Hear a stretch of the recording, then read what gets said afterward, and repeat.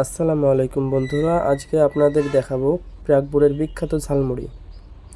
চাচা মুড়ি নিয়ে নিয়েছে প্রথমে, তারপরে নিল পরিমাণ মতো পেঁয়াজ, তারপর নিয়ে নিল পরিমাণ মতো কাঁচা মরিচ ও বিট লবণ, তারপর চাচা নিয়ে নিল চানাচুর,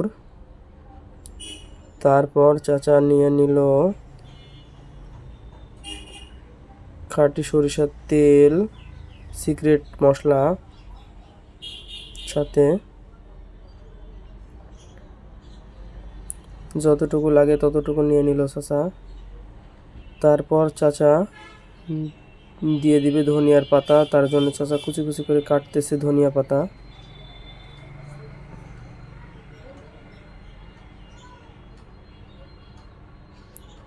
চাচা এবার ভালোভাবে মাখায় নিচ্ছে এটা।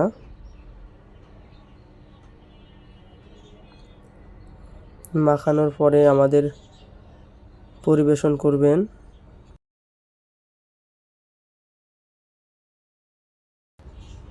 চাচা ঠোঙা নিয়ে নিল।